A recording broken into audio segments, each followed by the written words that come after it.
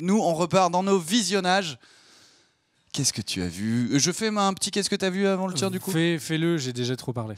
Eh bien, j'ai envie de vous parler d'une série qui s'appelle The Expanse. Je ne sais plus si je vous en avais parlé quand j'avais commencé à regarder. Là, j'en suis assez loin dans la saison, j'en suis au 9e épisode.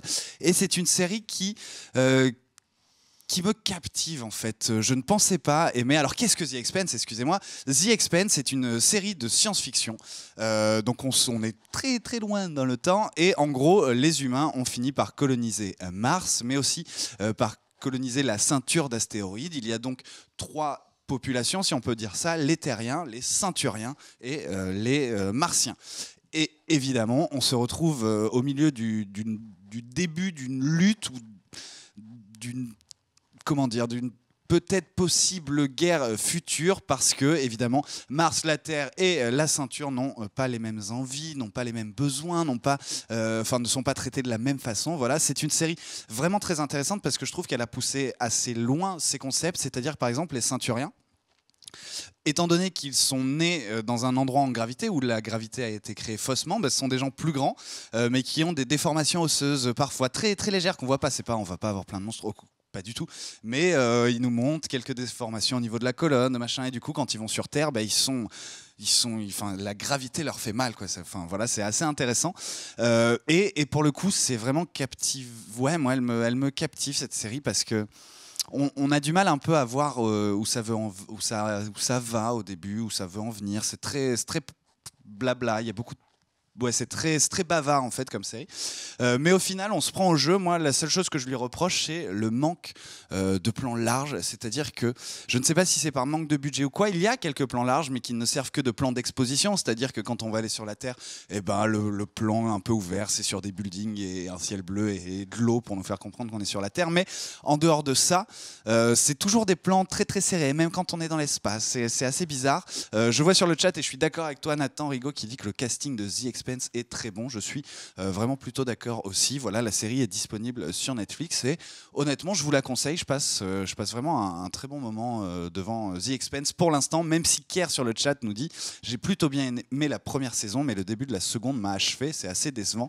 Pour ma part, moi j'en suis au 9e épisode de la première saison et en tout cas, je vous conseille, si vous ne savez pas quoi regarder et que vous aimez la SF, tentez The Expanse. C'est plutôt sympathique. Okay. Voilà. Qu'as-tu vu, toi? Qu'as-tu vu de sympa un peu?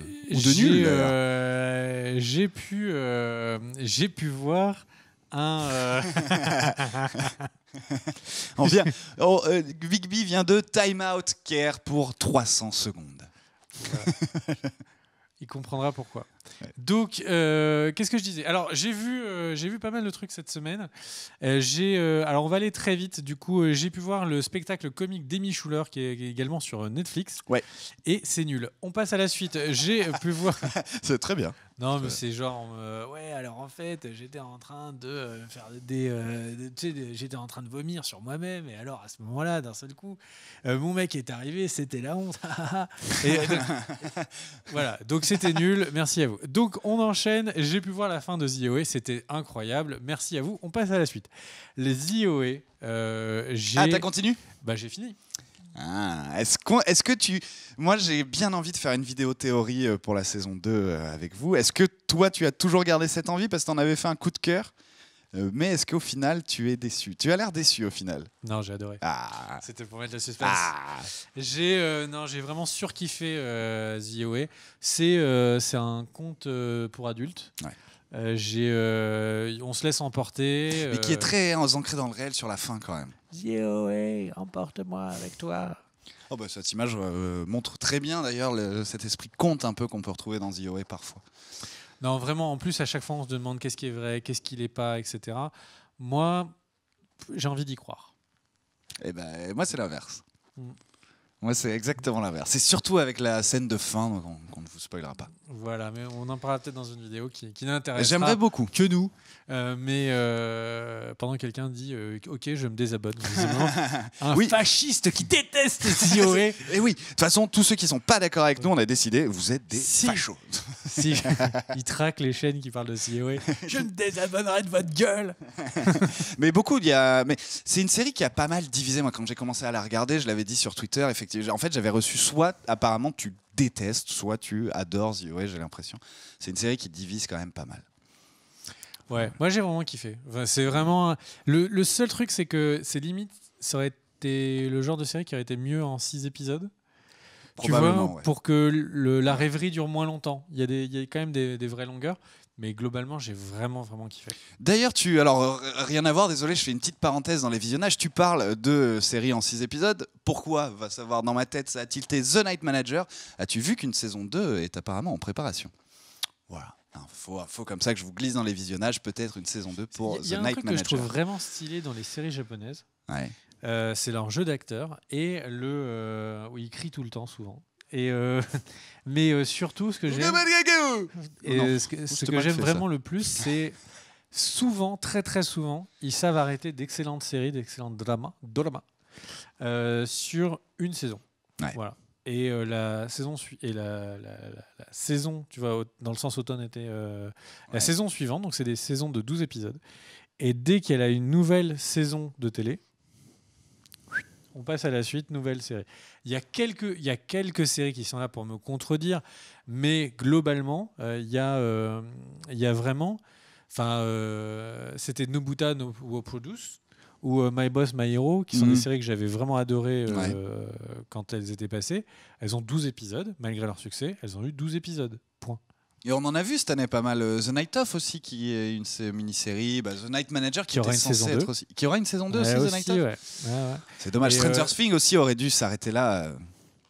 Moi, j'ai peur de la saison 2 de Stranger Things. Mais tu regardes, au final, toutes ces séries plutôt courtes sont globalement, toutes celles qui ont eu du succès, ont été globalement prolongées sur une saison 2. Ouais. Donc, complètement. C'est dommage. Et on nous dit... C'est dommage parce que tu vois, excuse-moi, mais... Vas-y. C'est juste pour dire que Netflix arrive, c'est un nouveau média, c'est des nouveaux budgets, c'est des nouvelles personnes. Et du coup, ils font apparaître plein de nouveaux talents qui avaient entendu parler des Dustin Brothers, ou je sais même plus comment ils s'appellent, des Stranger Things. Ouais, je crois que c'est ça. Et le truc, c'est que qui en avait entendu parler? Mais personne. C'est des réalisateurs et auteurs incroyables. Et là, au final, Netflix a une saison de Daredevil bien consumée. On va avoir une saison 3, on a les Defenders, et le truc, c'est que du coup, on a un certain ronronnement sur la partie série super-héroïque. On a plusieurs séries qui sont continuées. Quand tu sais qu'ils vont continuer Marseille, une saison 2. Non mais c'est pas sérieux. Mais ça, bizarrement, tu sais, Marseille, ça a assez fonctionné sur Netflix et d'après ce que j'aurais lu, surtout en Russie. En Russie et au Brésil. Et du coup, il se lance quoi, Netflix là-dedans. Enfin bref. Donc au final, moi, on n'en a pas parlé dans les news. D'ailleurs, tu parles du Brésil, ça m'étonne pas parce que c'est très telenovela un peu aussi Marseille dans son surjeu, dans ça son aussi. Ouais. Mais c'est vraiment le truc, c'est que au final, moi je suis très content de voir Amazon Prime Video arriver. Je suis très content de voir que y a beaucoup d'embauches du côté de chez Apple de producteurs de films et de séries pour faire un service comme ils font Apple Music, pour faire un nouveau service vidéo on demand de streaming, et qui vont donc produire des choses parce que c'est dans ces zones-là qu'il faut prendre des risques. Moi, une des séries les plus stylées que j'ai pu voir cette saison, c'est Goliath, et c'est Amazon Prime Video. Ouais, exactement. Il y a Rudy sur le chat qui nous dit pourquoi vous n'incitez pas les gens à aller voir le film Grave pour une fois qu'il y a un film français intéressant. Et tout simplement, je ne vais pas inciter des gens à aller voir un film que je n'ai pas vu. Enfin, pour ma part, je l'ai pas encore vu, donc je sais pas s'il est. C'est pas bien de dire ça parce qu'on sait que tu as été payé. Et tiens, si vous voulez, parlons un peu de Grave. Est-ce que tu vois ce que c'est, Grave? C'est un film par une réalisatrice dont j'ai oublié le nom, qui en fait raconte l'histoire d'une végane qui se retrouve dans un lycée ou école, je sais plus trop. Bref, son bizutage, c'est de lui faire manger de la viande, et malheureusement, après avoir goûté à la viande, eh bien, elle a un appétit pour la viande humaine qui se développe de plus en plus. Voilà. Mais le film est interdit, je sais plus, au moins de 16 ou au moins de 18, je crois. Enfin voilà, c'est un film de genre d'horreur, tout simplement, et qui fait bien parler de lui en ce moment. J'aimerais bien le voir, en tout cas par curiosité de mon côté. Tu es tombé dans le piège de Redivision et de son OPSP caché. C'est le fils de la réalisatrice Julia Ducournau.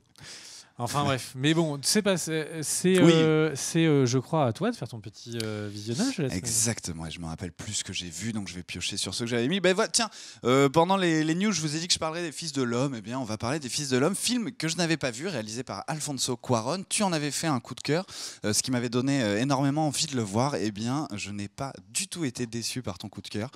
J'ai trouvé ce film très puissant. En gros, c'est l'histoire d'une... on est sur la Terre, mais alors je sais plus pourquoi, mais en tout cas, les femmes ne peuvent plus enfanter, elles sont c'est pas précisé. inverse de fertile. Oui, c'est vrai que c'est pas précisé le pourquoi. Mais c'est ça aussi que j'ai aimé dans ce film d'ailleurs. Et stérile, merci. J'avais infertile, mais ça veut rien dire. Bref, ils sont stériles. Anti-fertile. Mais il s'avère que eh bien, le héros va tomber sur une femme enceinte et va essayer de la protéger. Voilà. Et pourquoi j'ai aimé ce film? C'est parce qu'en fait, ce film n'est déjà, je l'ai trouvé à aucun moment moralisateur.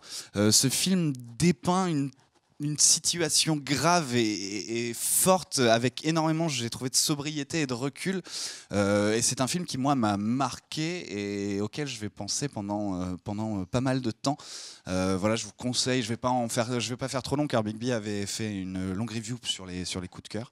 Mais voilà, Les Fils de l'Homme, je vous le conseille, mais à 10 000% si vous l'avez pas vu, film d'Alfonso Cuarón. Et au final, c'est peut-être un des meilleurs rôles de Clive Owen avec tiens, je l'ai pas dit. Tout petit rôle dans Jason Bourne.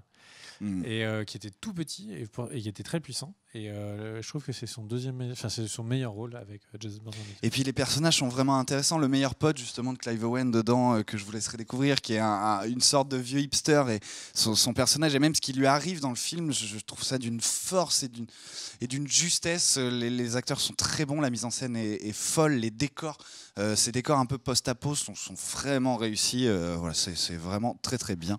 Les Fils de l'Homme. T'as pas l'impression que Walking Dead a emprunté un petit peu de l'esthétique des films? C'est pas faux. C'est pas faux. Mais même dans la façon de filmer, des plans séquences assez longs, c'est pas faux. C'est pas faux. Plutôt d'accord. Alors, visionnage de la suite d'ensuite. Alors, qu'est-ce que j'ai pu voir? J'ai pu voir... J'ai vu un truc que j'ai vraiment super kiffé, mais c'est mon coup de cœur, donc je vais le garder pour la fin. Qu'est-ce que je vais vous dire? Je vais vous dire que j'ai pu voir Fresh Off the Boat. J'en parle tout le temps, c'est toujours aussi marrant. C'est une série qu'il faut regarder, même si j'étais un petit peu déçu parce que la série Fresh Off the Boat, c'est sur... en fait... Tu n'écris pas. Je n'écris pas. Tu n'écris pas. C'est une chose très bizarre à dire à quelqu'un qui est en train de faire une review.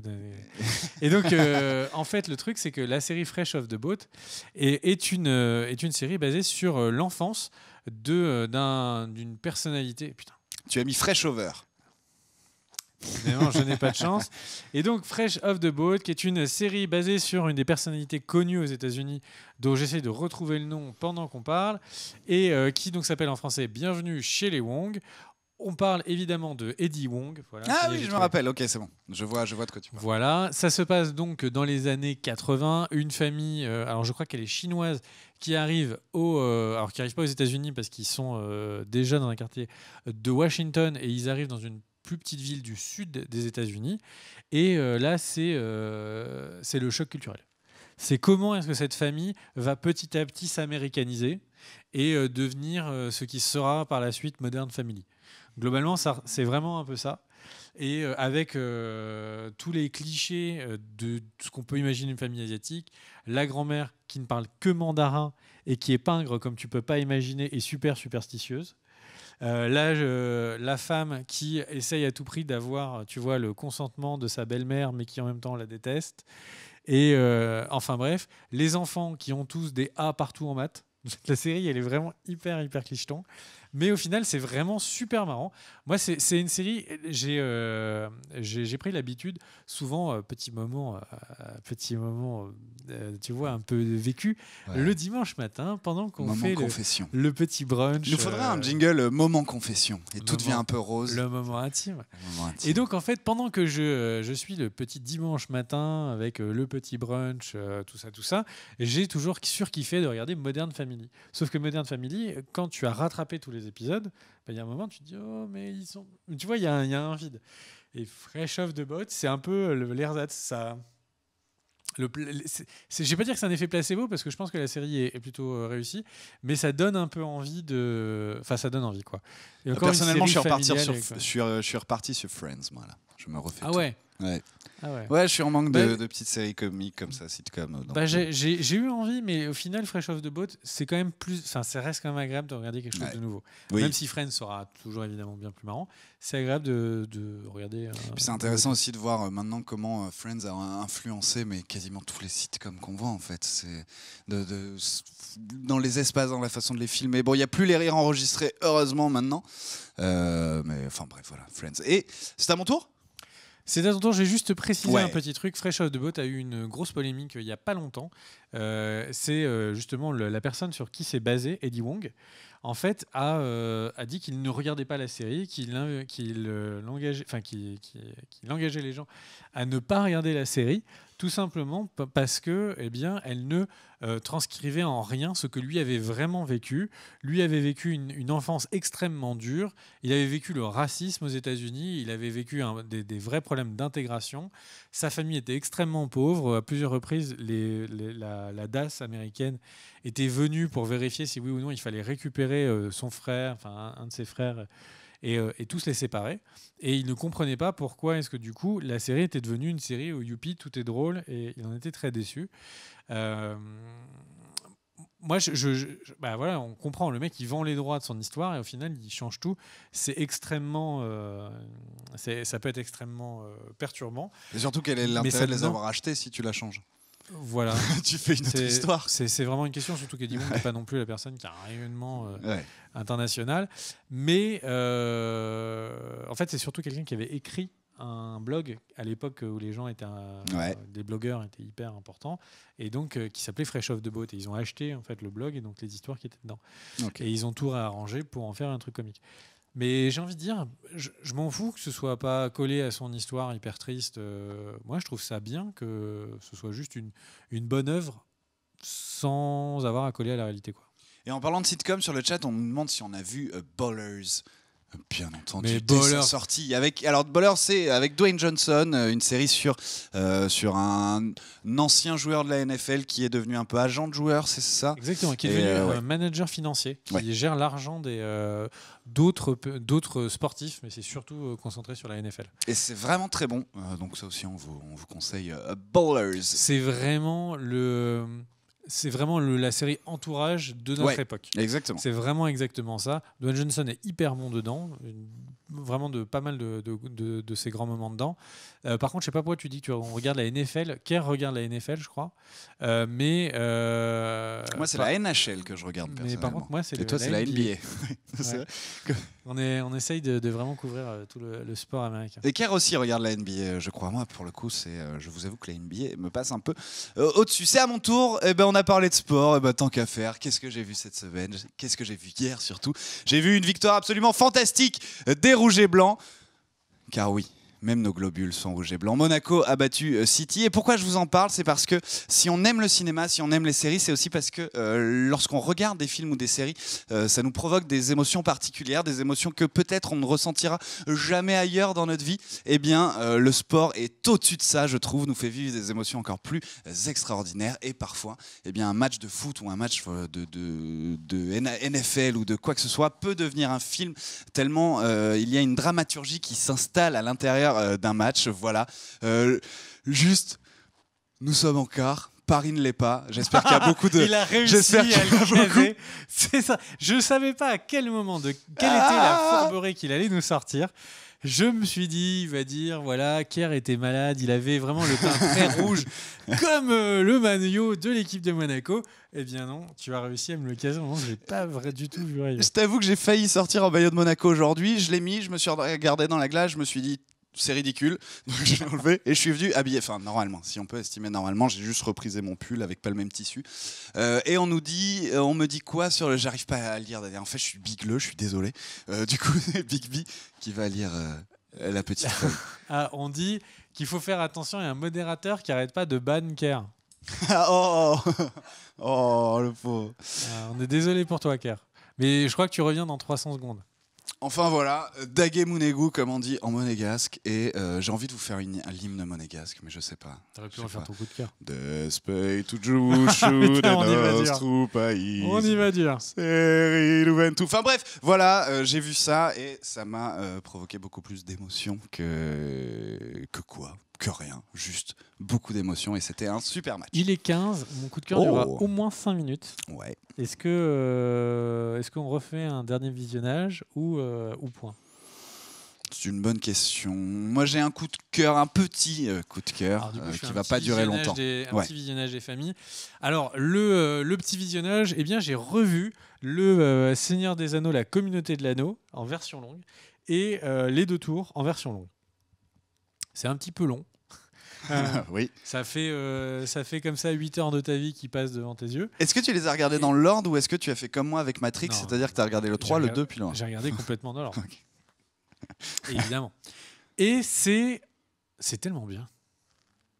Non mais c'est tellement bien. En fait, le truc, c'est que globalement, tu regardes le Hobbit, le film, à la sortie, il avait pris un coup de vieux.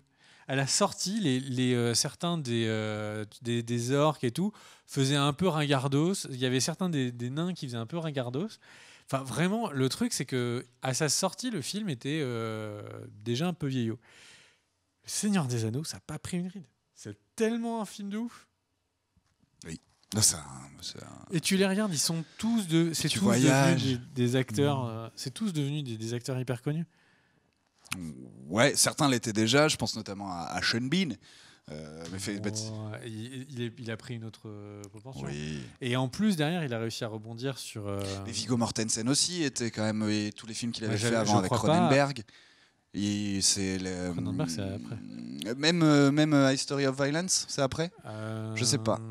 Tu mets un doute sur History of Violence, mais je suis pas bien sûr que c'était pas. C'est possible, hein, peut-être que je dis une connerie. Mais oui, les Seigneurs, ça fait toujours plaisir de les voir. Maintenant, je trouve ça un peu longué parfois. Et surtout si t'as maté la version longue. Ouais, mais ça faisait longtemps. Ça faisait super longtemps que je l'avais pas vu. Putain, qu'est-ce que je rêverais qu'on ait une autre putain d'épopée comme ça où tous les ans on a envie de regarder. Alors certains vont me répondre Star Wars.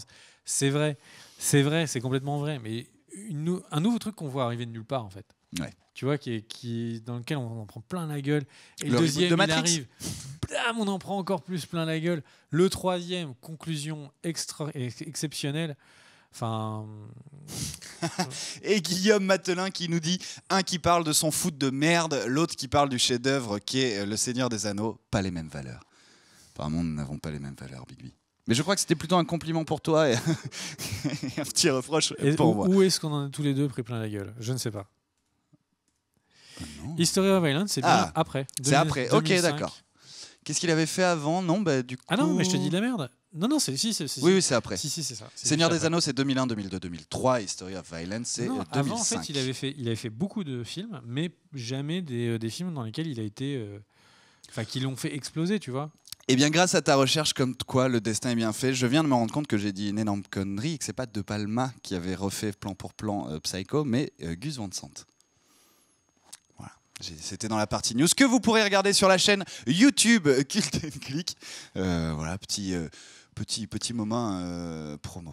J'ai envie de passer au coup de cœur de la semaine. Eh bien, je suis d'accord.